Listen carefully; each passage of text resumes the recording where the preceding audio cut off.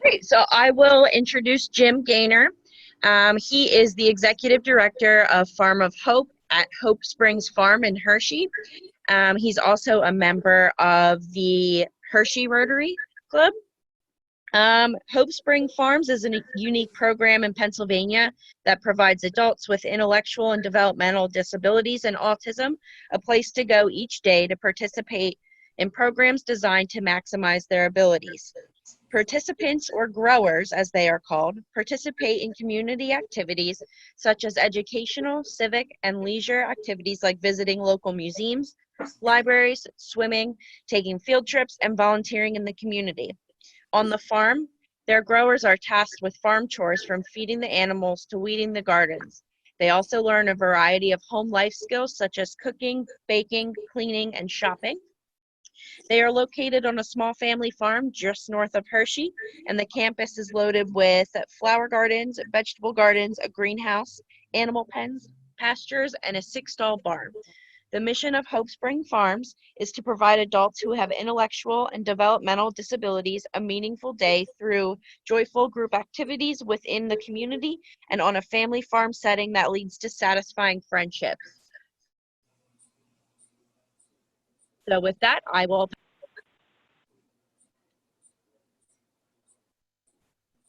Great, thank you, Alyssa. Jim, we'll turn it over to you. Okay, thank you very much. Thank you guys for having me this evening. I've been having a little trouble with my new iPhone. So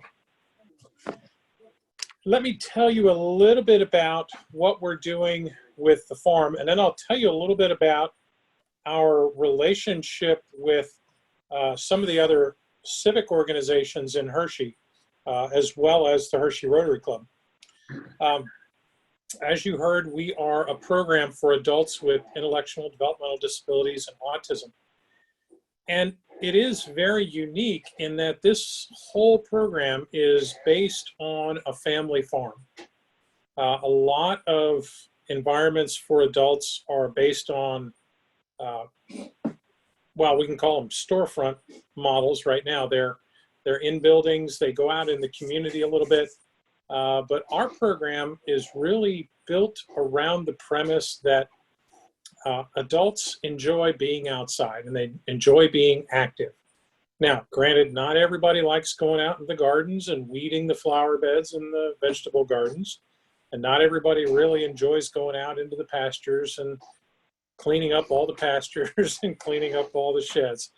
But it's an outdoor activity and they're doing it with their friends, and it really leads to a lot of enjoyment and a lot of fulfillment.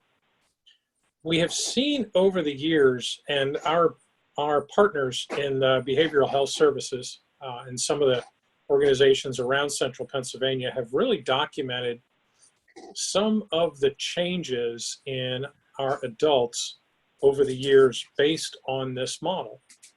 And what we've really seen, I mean, I kind of paraphrase it pretty easily, that we're getting growers who come to us and their families are saying, and their residential providers are saying, and their behavior specialists are all saying to us, you know, it's not going very well in the residential program, or it's not going very well at home. We're having behavioral issues, we're having aggression, we're having frustration and anxiety and things like that. And then we bring them out to the farm where it's really an open environment. I mean, we have 17.5 acres and you're outdoors for most of your activities, except like tonight where it's starting to rain here in Palmyra, but you spend most of your day outdoors and you get to really interact with animals and gardens and all kinds of other things. So you really don't have the kind of behavioral issues on our farm that we see in some of their other environments.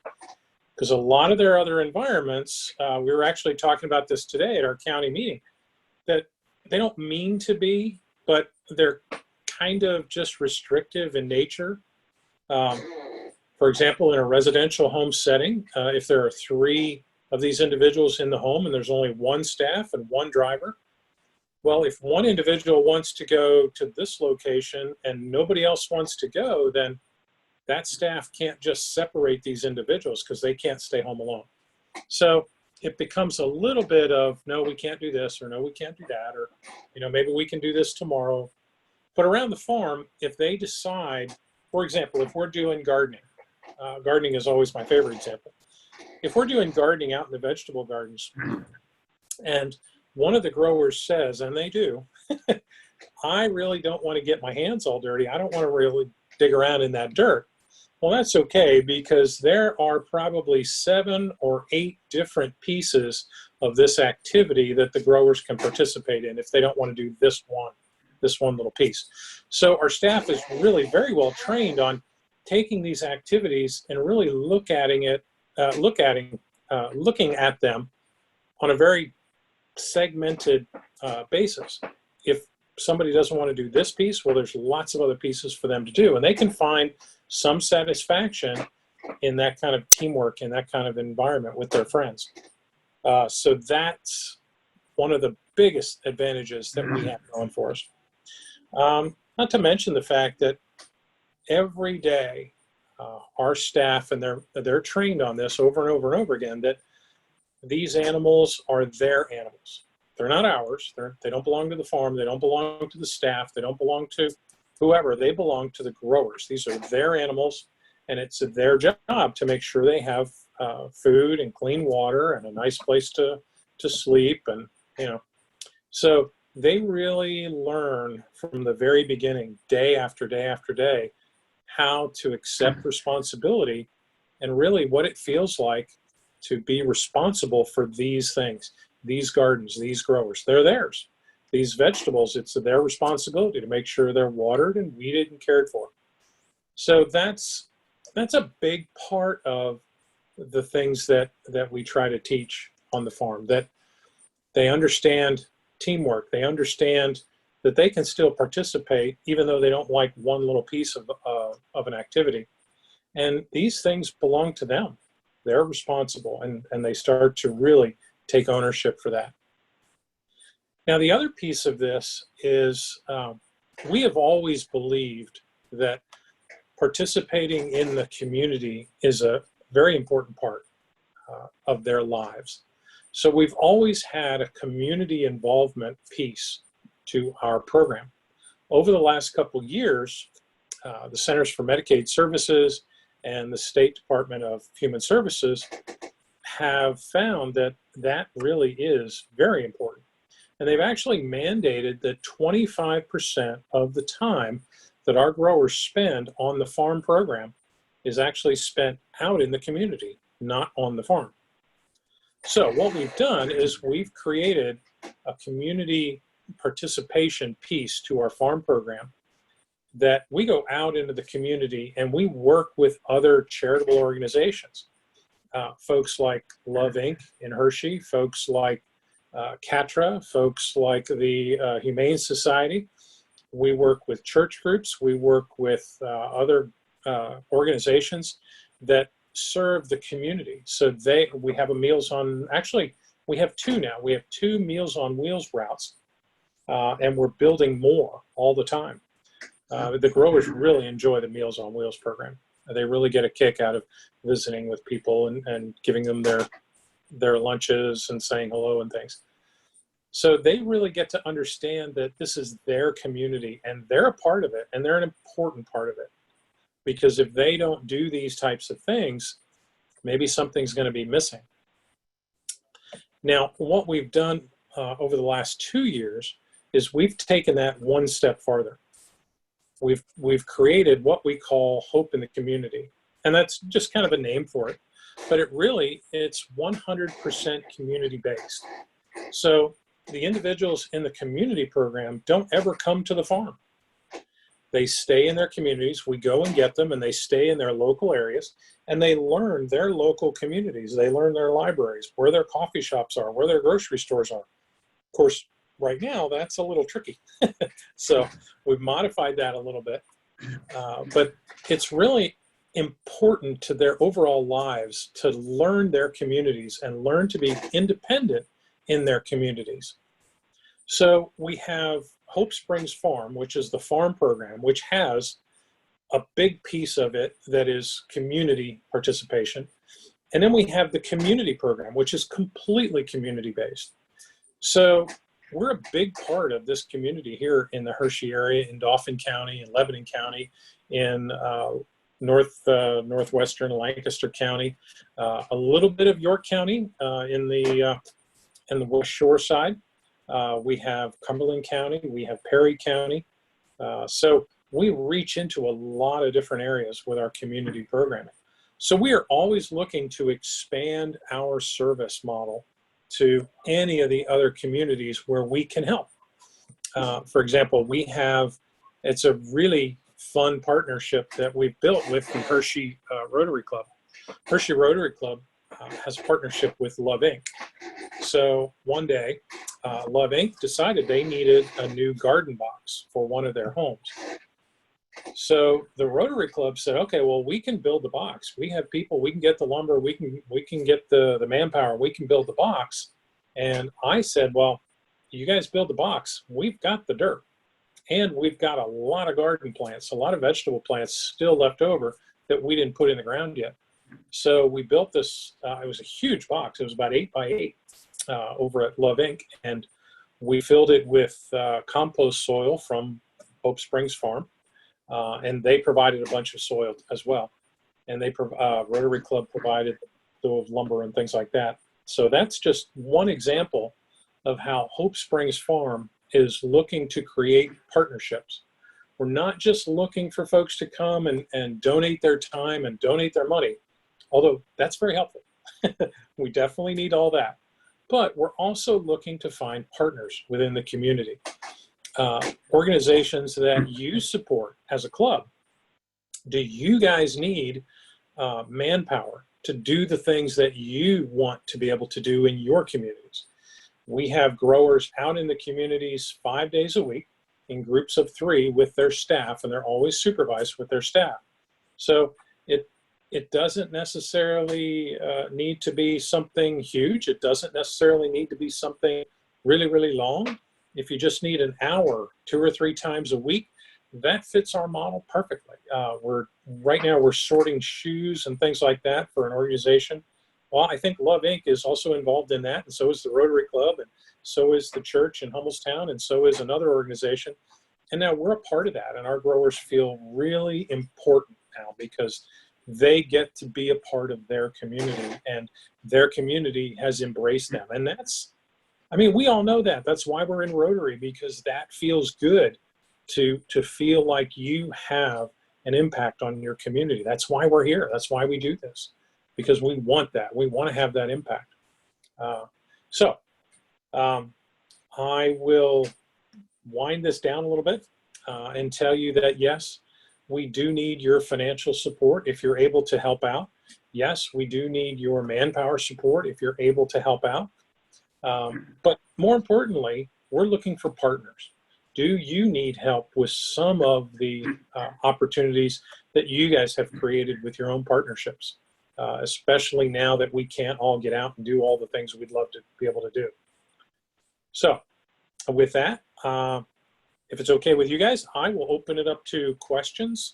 How long was that? Was that long enough? Was that too long? I can go for days probably.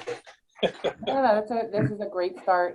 We'll certainly open it up to questions. So if you need to ask a question, make sure you unmute your microphone first, and then you can certainly talk, or if you text anything in the group chat, we'll be able to get it there as well.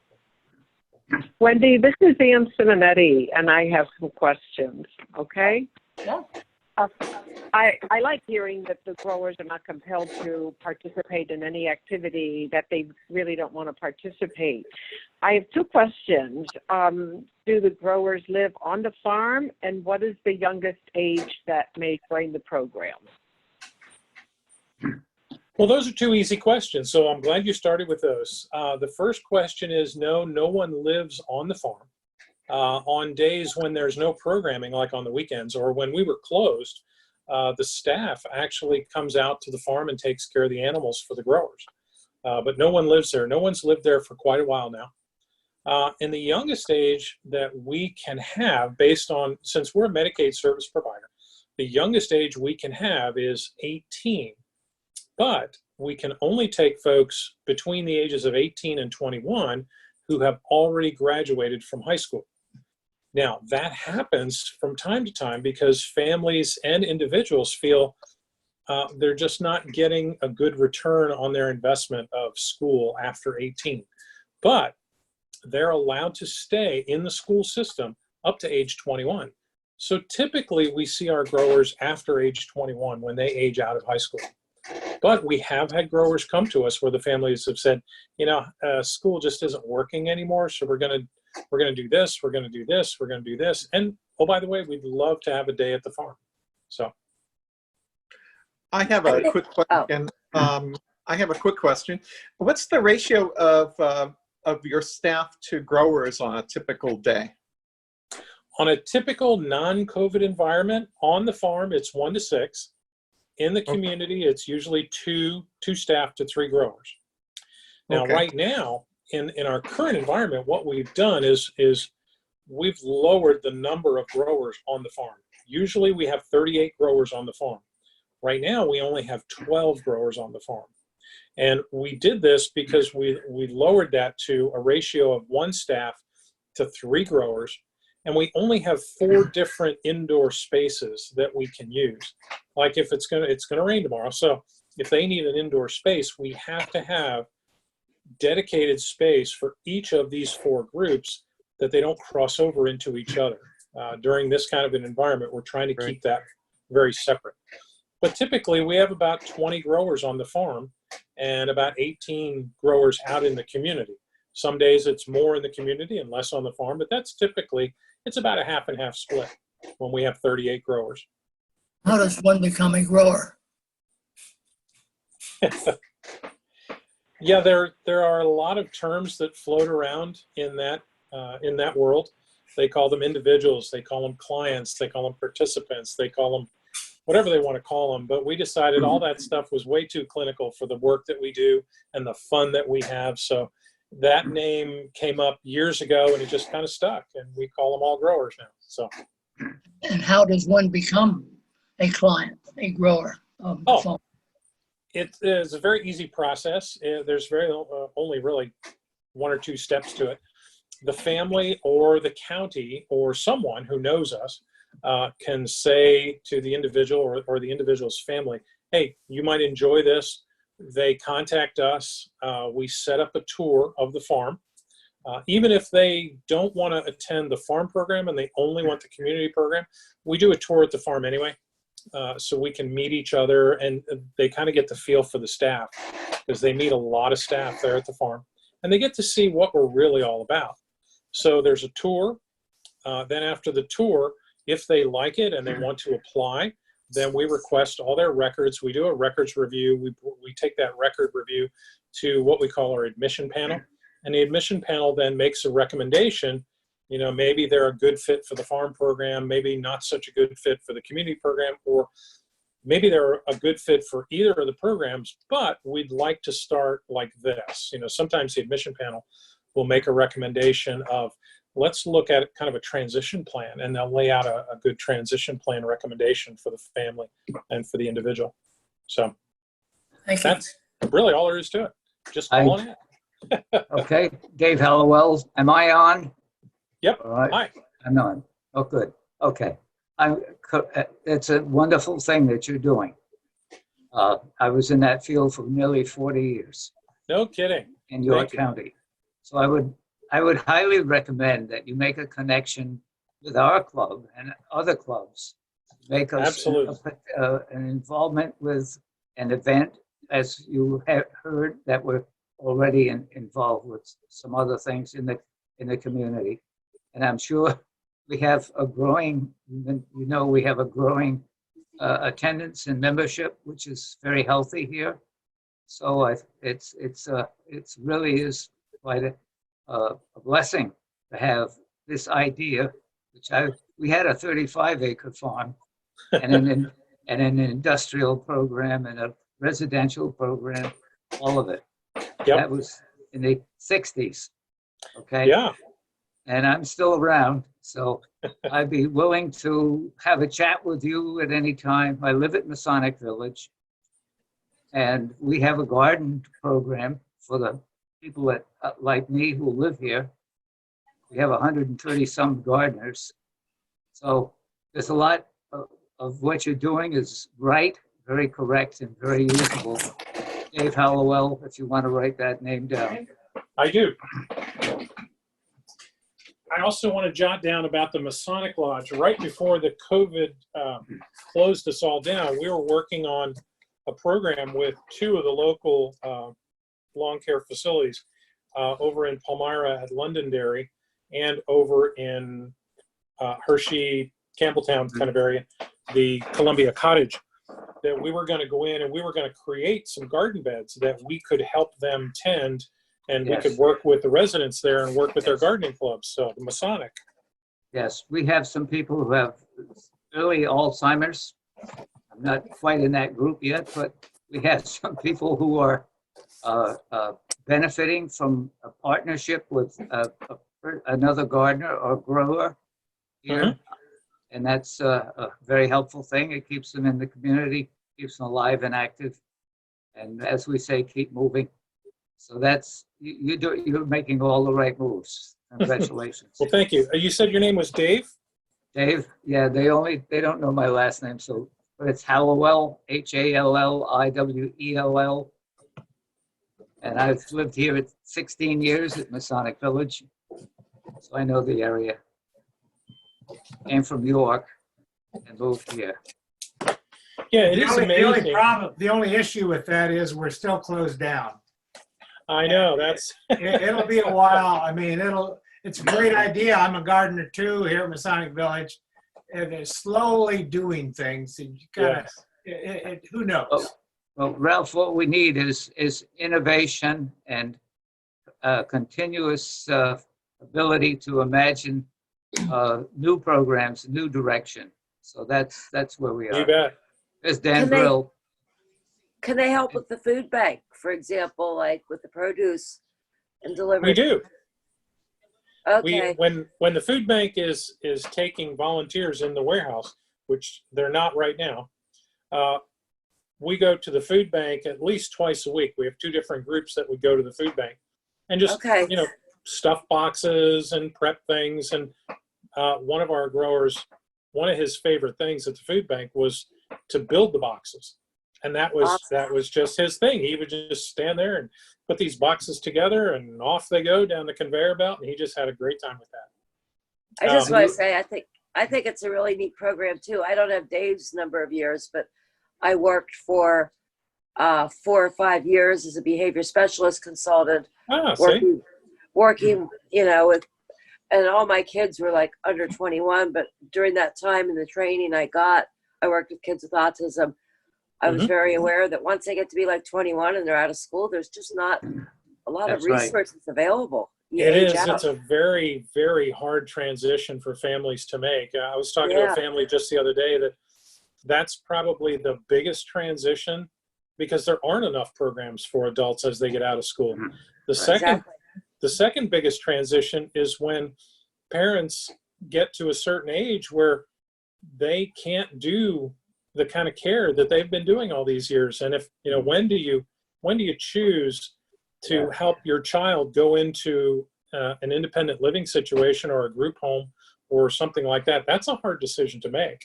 And there's a lot of hard choices that these families have to make. So we're happy that we can help out somewhere along the line. So, and it's a lot of fun. Jim, I got a quick question. Are you familiar with the Vista Program, adult program? am. Do you collaborate with them at all? We do. We don't work. We don't like share resources or anything because we're both licensed under the same program, so we can't really work together at the same spot. Like we couldn't both go to the food bank at the same time, but we do work. We share some of the things that we've learned about organizations over the year. We've shared with them, how to get into the Meals on Wheels program, how to get into the food bank, how to work with Cocoa Packs, how to get more involved in some of these things. And they've shared some of the things they've learned as well. Brandon Yorty over there works, it's called the Community Integration Center. And they're not exactly employment oriented, but they kind of lean that way, where they teach social skills, and they go out and they look at job kind of job type things. Not exactly internships, but they go out and explore things. What would it be like to work at this job? What would it be like to work at that job? And when they find things, we're always talking and sharing resources. So yeah, Vista's actually usually my first recommendation. If we can't fill a need for a family, I usually tell them, call Brandon over at Vista, call those folks. They have a good employment services too. I don't know if they're back up and running yet, but I think they are. I'm not sure. yeah, good. What animals do you have? Are you ready? You got a pencil Yeah. handy? Okay. We have 5 alpaca. We have 4 sheep, 3 pigs, 6 goats. We have 4 cats, and we have a bunch of chickens and 2 ducks and 2 rabbits and 2 miniature horses. I think I got them all. Yes, I did. Yep. No cows. No cows. We did have a cow years and years ago, but that was given to us. It wasn't something we chose because it's for the growers. We like the growers to be able to care for these animals and to interact with these animals. And a cow is just too big. Too big. That's right. Sometimes she was just a little too pushy. Pigs, I just wanted to say, I saw the alpacas today on Facebook getting a bath. So I thought that was cute. Yes, we do that. That's something we do every day now during this. It's called a Zoom farm party. We learned early on in April that the growers had become so disconnected. We wanted to give them a way that they could see the end of this tunnel. So we started filming around the farm and sharing it on Facebook. And they loved that so much. And we were doing Zoom meetings for the staff and the leadership team. So we decided to do a Zoom farm party and see if the families enjoyed it. And they loved it. And they all told us that this helped them stay connected. So we started doing them 2 a week. Then we started doing them 3 a week. And now we're doing them every day at 1 o'clock. So if you'd like to see a real what goes on at Hope Springs Farm live, you can visit our website at hopespringsfarm.org and click on the calendar page, and you'll see all of our Zoom information right there. It's open to the public. It's free to anybody, even if you're not a grower. We have friends of ours just tune in to see things, to see what's going on. And we don't bill for this service. So I'll put in a plug for if you are interested in supporting financially one of the local organizations that, granted, we're not in Lancaster County, but we certainly serve Lancaster County. We have a program, and it's called Sharing Hope. And this is a really fun program to get involved with. And it goes back to the partnership theory I was talking about. We have lots of organizations that donate, let's say, I'm going to use a round number, $100 a month. So for $100 a month, what we do is we break that down into $25 increments.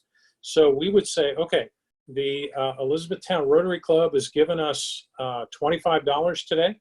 We're going to go out and we're going to go shopping for something for a children's organization. So we'll go and buy diapers for the diaper pantry, or we'll buy baby food for one of the mothers' organizations. So the organizations that send us this money get to decide what they want it for. My wife and I have a standing donation for the Harrisburg Humane Society.